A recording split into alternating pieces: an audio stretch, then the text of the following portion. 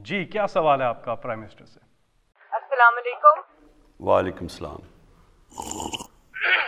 मैंने पहली दफा एक इमरान खान शख्स देखा है जिसने रिश्वत को, नेकेड रिश्वत को जिसने डोनेशन का नाम दिया हो। जी जी मेहरबानी। तो इमरान खान साहब, बात यह है कि आपका बाल बाल करप्शन, गलत बयानी, झूठ में डूबा हुआ है। पूरी दुनिया आपके ऊपर आज थू थू कर रही है कि आपने इतने बड़े बड़े फ्रॉड किए हुए हैं और फिर उन फ्रॉड्स को ताकत के नीचे दबाया हुआ है। मैं ये पूछना चाहती हूँ कि क्यों मुल्क को आपके रहमो करम पे छोड़ दिया गया? आपने चोरी की, फ्रॉड किया, झूठ बोला, छुपाया, अपने गुनाहों को छुपाया, अपने दोस्तों के गुनाहों को छुपाया। किस चीज में आप सुरखरू हुए? सबसे पहले तो आप भागते रहे 7 साल। आपने ताकत का, धौंस का, धांधली का इस्तेमाल किया। फॉरेन फंडिंग केस के को आगे चलने से रोका, आगे बढ़ने से रोका। और फिर जब आपको पता चल गया कि अब नागुज़ीर है और हकाइक सामने आएंगे, लोग इलेक्शन कमीशन से सवाल पूछ रहे हैं, तो आपने फिर रिपोर्ट रिलीज ना करने की बार बार कोशिश की और आपने उनको धांधली से, धौंस से, ताकत के जरिए आपने प्रेशराइज कराया कि रिपोर्ट ना रिलीज की जाए। आप प्रिंसिपल सिग्नेटरी हैं फॉरेन फंडिंग अकाउंट्स के। आपको फॉरेन फंडिंग मिली यूनाइटेड स्टेट्स ऑफ अमेरिका से, मिडिल ईस्ट से, ऑस्ट्रेलिया से, कनाडा से, इंग्लैंड से, और आपने 2 कंपनी स्टैब्लिश की, एक टेक्सास में, एक कैलिफोर्निया में, और आप खुद उन दोनों कंपनीज के चेयरमैन थे। और आपने न सिर्फ झूठ बोला बल्कि डिलिबरेट कंसीलमेंट और मिस डिक्लेरेशन, यानी कि जानबूझकर आपने हकाइक को छुपाया और फॉल्स सर्टिफिकेट्स आपने दिए। और इस बात का भी जवाब आपको देना पड़ेगा कि एक तरफ आप ये इल्लीगल फंडिंग जो है वो इकट्ठी कर रहे थे, पैसे ले रहे थे, और दूसरी तरफ आप एक मुंतखब वजीर आजम को हटाने के लिए, इल्लीगली, अनकॉन्स्टिट्यूशनली हटाने के लिए आप कंटेनर पे सवार थे।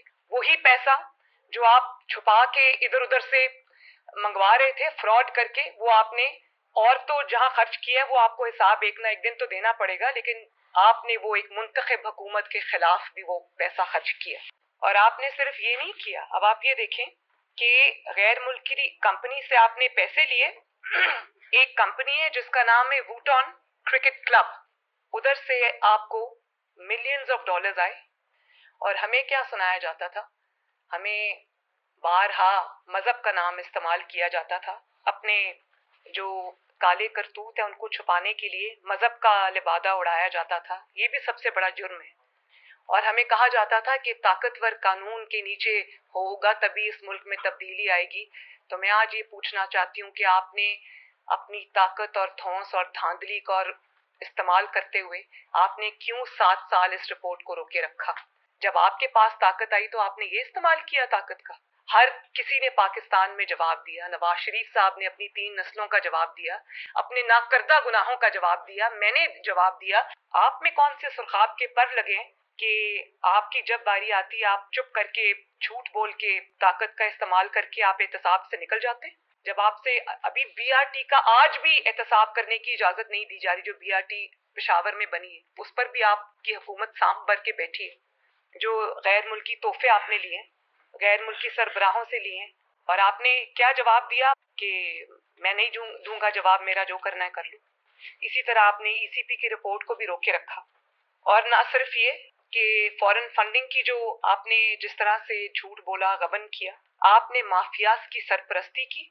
आपके राइट लेफ्ट आगे पीछे सब उन लोगों की एक माफियाज की सरपरस्ती है, और आपने उनको मजबूत भी किया, और आपने उनकी तरफ से आंखें बंद किए रखी।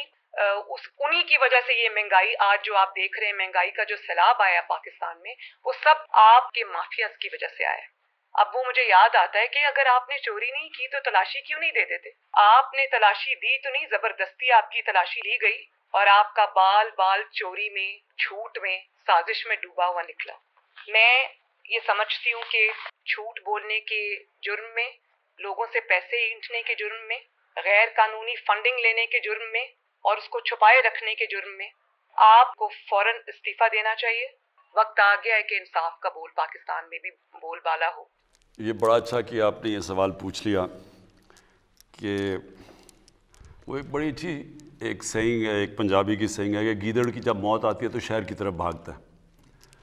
اب انہوں نے فورن فنڈنگ کا کیس ہمارے اوپر کر دیا کہ جی فورن فنڈنگ آئی ہے پاکستان پی ٹی آئی میں، تو انہوں نے تو بڑا اپنے آپ کو عذاب میں ڈال لی ہے، اور میں وہ بتاتا ہوں کیوں۔ دیکھیں، مجھے آج سے تقریباً 31 سال پہلے میں نے فنڈ ریزنگ شروع کی تھی شوکت خانم کی، تو میں تو پاکستان کا وہ فنڈ ریزر ہوں جس نے پاکستان کی تاریخ میں سب سے زیادہ پیسہ اکٹھا کیا۔ آج بھی اکٹھا کر رہا ہوں شوکت خانم کے لیے، نمل یونیورسٹی کے لیے۔ تھوڑا مشکل ہے جب سے پرائم منسٹر بنا ہوں، لیکن اس سے پہلے تو میں سب سے زیادہ پیسہ اکٹھا کرتا تھا پارٹی کے لیے بھی۔ تو کیونکہ مجھے سمجھ تھی فنڈ ریزنگ کیا ہے، ہماری پارٹی واحد پارٹی ہے جس نے پولیٹیکل فنڈ ریزنگ کی ہے۔ پولیٹیکل فنڈ ریزنگ کیا ہوتی ہے کہ ہم باقاعدہ ڈنرز کرتے تھے، ڈنرز پہ لوگ آتے تھے، ان لوگوں سے پھر ہم ان کو بتاتے تھے کہ پارٹی کیا کرنا جا رہی ہے، اور پھر وہ پیسے دیتے تھے۔ اور اس میں بہت بڑا ہاتھ اوورسیز پاکستانیز کا تھا۔ میں نے اوورسیز پاکستانی سے جب شوکت خانم کے لیے شروع میں پیسے اکٹھے کیے آج سے 20-25 سال پہلے، تو سب سے زیادہ اوورسیز پاکستانی نے مجھے پیسے دیے تھے۔ اور میرا انٹریکشن اوورسیز پاکستان سے کیوں زیادہ تھا؟ کیونکہ کرکٹ کے ذریعے میں ساری دنیا پھرتا تھا اور ادھر اوورسیز پاکستانی ملتے تھے مجھے، تو لہٰذا ہمارا جو پیسہ اکٹھا ہوا یہ بالکل پولیٹیکل فنڈ ریزنگ سے، اور ہمارے پاس وہ واحد پاکستان کی تاریخ کی پارٹی ہے، 40,000 ڈونرز کے ہمارے پاس ایڈریسز اور پتہ اور فون نمبرز ہیں، کہ آج وہ 40,000 ڈونر جنہوں نے ہمیں پیسے دیے ہیں، آپ کسی کو بھی کال کر کے پوچھ سکتے ہیں کہ جی آپ نے پیسے دیے یا نہیں۔ اب یہ پارٹیز ہیں، میں ان کو چیلنج کرتا ہوں کہ یہ 100 ڈونرز کے نام مجھے دے دیں۔ ہمارے 40,000 ہیں نا، یہ آپ کو 100 ڈونرز کے نام نہیں دے سکیں گے، کیونکہ انہوں نے فنڈ ریزنگ جیسے کی ہے وہ میں جانتا ہوں کیسے کی ہے۔ ایک تو یہ جو بڑے بڑے قبضہ گروپ انہوں نے پالے ہوئے تھے، ان سے پیسے لیتے تھے۔ یہ جو قبضہ گروپوں کے گھر گر رہے ہیں نا بڑے بڑے، آپ دیکھ رہے ہیں، یہ سارے گورنمنٹ نے پالے ہوئے تھے، ان کو پناہ دے رہے تھے یہی پولیٹیکل پارٹیز۔ یہ نون لیگ کے نیچے بڑے بڑے قبضہ گروپ خود ان کو پناہ دیتے تھے، پولیس ان کو ہاتھ نہیں لگا سکتی تھی۔ اب یہ جس کا بھی گھر گرائے، یہ اور بھی سیاستدانوں کے گھر گرائے ہیں، یہ لینڈ رجسٹری میں ان سب کے وہ بتایا ہوا ہے کہ زمین کون سی ہے، کس کی زمین ہے۔ یہ کوئی اس طرح کوئی گورنمنٹ نہیں کر رہی، یہ عدالت میں جا کے بتا سکتے ہیں کہ جی یہ زمین میری ہے۔ تو وہ عدالت کے اندر ہمارے پاس ان کی پہلے انکوائری کی گئی، چیک کیا گیا، یہ جو ساری زمینیں ہیں یہ انہوں نے گورنمنٹ کی قبضہ کیے ہوئے، جن کے اوپر بلڈوزر لگے ہوئے ہیں اب۔ اور یہ وہ لوگ تھے، کیوں ان کو پالتے تھے، ان کو پیسے دیتے تھے، فنڈز دیتے تھے، ان کے گھر کے خرچے دیتے تھے، کیونکہ یہ جو پیسہ بناتے تھے ان کی پارٹی فنڈنگ کرتے تھے، ان کے جلسے جلوس کرتے تھے، جدھر قیمے کے نان ان کو دینے پڑتے تھے وہ بلانے کے لیے اپنے لوگوں کو۔ تو میں اس لیے کہہ رہا ہوں کہ یہ اب اس کو الیکشن کمیشن کو منطقی انجام تک پہنچانا چاہیے۔ ایک تو ان کے پاس ڈونر بیس ہی نہیں آپ کو نظر آئے گا۔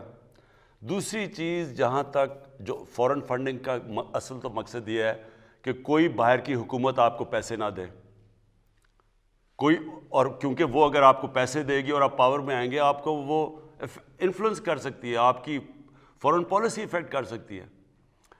یہ بھی اگر تحقیقات کی جائیں کہ کیا ان کو فارنرز نے پیسے دیے یا نہیں دیے، کیا وہ جو فضل الرحمان ہے وہ بتا سکتا ہے کہ اس کو اتنی دیر اس نے پارٹی کیسے چلائی ہے؟